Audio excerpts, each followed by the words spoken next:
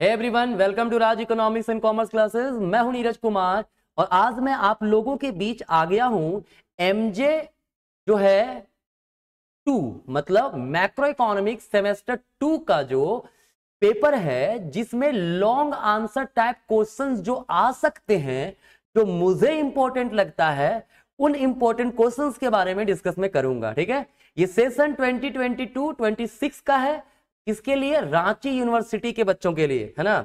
अगर आप रांची से हैं, आप इकोनॉमिक्स अच्छे से पढ़ना चाहते हैं हर एक सेमेस्टर का, ठीक है, अच्छा से स्टडी करना चाहते हैं, तो आप हमारे सेंटर पे आ सकते हैं। राइट, ये देखिए नंबर यहाँ पे दिया हुआ है, इस नंबर पे कॉल कर सकते हैं। यहाँ पे ICom, BCom, BA economics, MA economics, CUET, PG, UGC NET economics का क्लासेस होती है। ठीक है, तो जैसे ही आपका सेमेस्टर 2 का एग्जाम खत्म होगा, उसके बाद सेमेस्टर 3 शुरू होने वाला है, तो आप ये नंबर पे आप कॉल करके कांटेक्ट कर सकते हैं। ठीक है, ये हरिओम टावर के बगल में ये कोचिंग है आपका लालपुर में। राइट, चलिए, तो आज हम लोग लॉन्ग आंसर टाइप के जो क्वेश्चंस है ना, ठीक है, उसके बारे में देखते हैं कि कौन कौन सा इंपॉर्टेंट है। ध्यान रखिएगा, ये क्वेश्चन मुझे इंपॉर्टेंट लगता है प्रीवियस ट्रेंड को देखते हुए।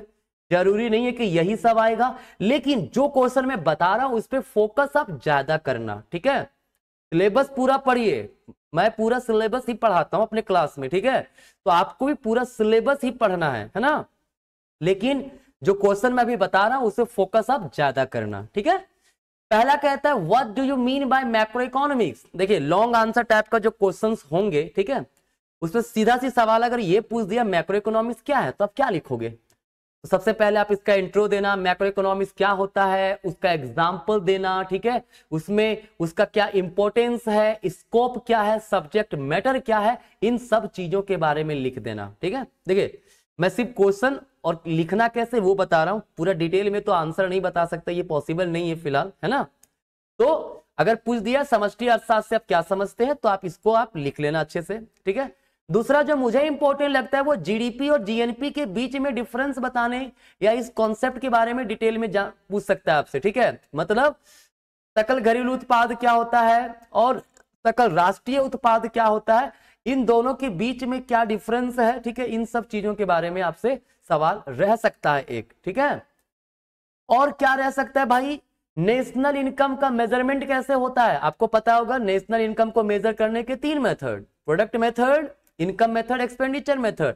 तो तीनों मेथड का प्रोसीजर बता के तीनों में क्या प्रिकॉशंस रखना पड़ता है वो आप लिख दीजिएगा, वही आपका ये क्वेश्चन है। ठीक है, मेजरमेंट ऑफ नेशनल इनकम से अक्सर क्वेश्चन आता है। ठीक है, फिर क्या है, what are the functions of money, money के क्या कार्य हैं, है ना, मुद्रा का क्या कार्य है, and how many removed the problem of barter system, मतलब मुद्रा ने वस्तु विनिमय प्रणाली की जो समस्याएं थी उसको कैसे दूर किया, ये आपसे पूछ सकता है। ठीक है, याद रखिएगा जो 1 मार्क्स का क्वेश्चन पूछता है मतलब एमसीक्यू, उसका भी इंपॉर्टेंट मैंने कुछ अपलोड किया है, जो डिस्क्रिप्शन में लिंक दे दूंगा, उसको आप देख जरूर लीजिएगा। ठीक है ना, चलिए नेक्स्ट क्वेश्चन है critically evaluate the cash transaction approach of quantity theory of money. देखिए ट्रांजैक्शन अप्रोच बोले या Fisher's quantity theory of money बोले एक ही चीज है। ठीक है, उसे हमें मतलब आलोचनात्मक मूल्यांकन करने के लिए दे सकता है। क्वांटिटी थ्योरी ऑफ मनी आपको पढ़ना कौन कौन सा है, बेसिकली आपका सिलेबस में से 3 दिया हुआ है। ठीक है, कौन कौन सा, फिशर का, कैम्ब्रिज का और आपका दिया केन्स का। ठीक है, तो आप इन तीनों को पढ़ लीजिएगा एक बार जरूर। ठीक है, लेकिन ज्यादा फोकस कीजिएगा फिशर्स के क्वांटिटी थ्योरी ऑफ मनी पे, उसके आने के चांसेस मुझे लगता है ज्यादा है। जब आपका एग्जाम हो जाएगा ना, तो मैं फिर से एक बार वीडियो लेकर के आऊंगा, बताऊंगा कि ये इंपॉर्टेंट क्वेश्चंस जो मैंने बताया था इससे रिलेटेड कितने क्वेश्चन पूछे हैं आपको। ठीक है, देखिए अगर मैं लिखा हूं what is inflation and what are its causes, तो इसका ये मतलब नहीं है कि यही सवाल पूछेगा, लेकिन इन्फ्लेशन से रिलेटेड सवाल जरूर रह सकता है, ये मेरा तर्क है। ठीक है, तो मुद्रास्फीति क्या है और इसके क्या कारण है, ये चीज आप लिख लेना।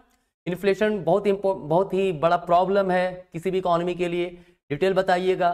Causes on the basis of speed बता सकते हैं, मतलब क्या रीजन से होते हैं, डिमांड के कारण होता है, कॉस्ट के कारण होता है, उसको डिटेल में बता दीजिएगा। ठीक है, how central bank control credit, आपको पता होगा सेंट्रल बैंक का एक बहुत इंपॉर्टेंट फंक्शन है, क्या है, क्रेडिट को कंट्रोल करना, है ना। वो क्रेडिट कंट्रोल मॉनेटरी पॉलिसी का यूज करके करती है, मतलब मौद्रिक नीति का यूज करके करती है। तो कैसे करती है वो पूरा डिटेल आपको लिखना है उसको, ठीक है।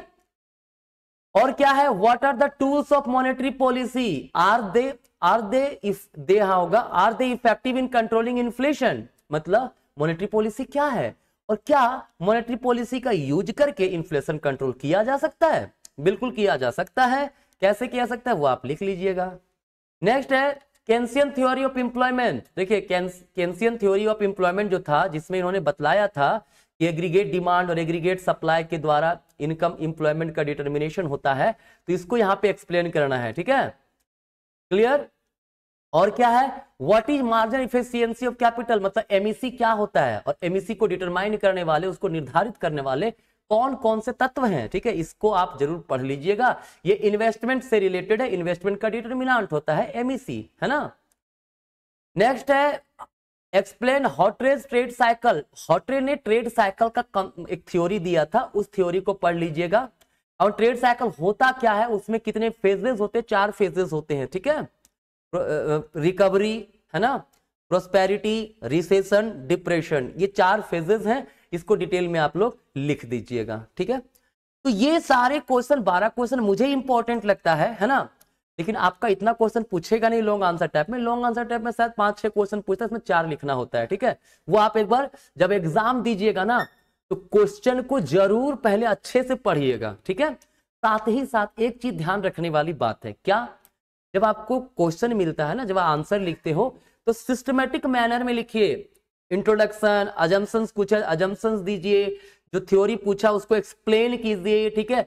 फिर अगर डायग्राम है तो डायग्राम जरूर बनाइएगा। लास्ट में आप क्रिटिसाइज कीजिए उस थ्योरी को, या फिर उसका आप कंक्लूजन क्या आपको लगता है वो लिखिए। इस तरह सिस्टमेटिक मैनर में आप जब आंसर लिखते हो, ठीक है, तो ये काफी अच्छा आपका होगा, ठीक है। तो चलिए देखिए, इन वीडियोस को आपने देख लिया, आप एग्जाम दीजिए। मैं mathematical thinking and computational thinking का जो पेपर है उसका भी कुछ इंपॉर्टेंट क्वेश्चंस को लेकर के आऊंगा, उसको भी देखिएगा, राइट। और एग्जाम देने के बाद जरूर कमेंट कीजिएगा सर क्या क्या क्वेश्चन जो है मेरा वीडियो से मैच किया, ठीक है। इससे मुझे काफी इंकरेजमेंट मिलेगा, ठीक है। तो आज कहीं तक मिलते हैं नेक्स्ट डे, धन्यवाद।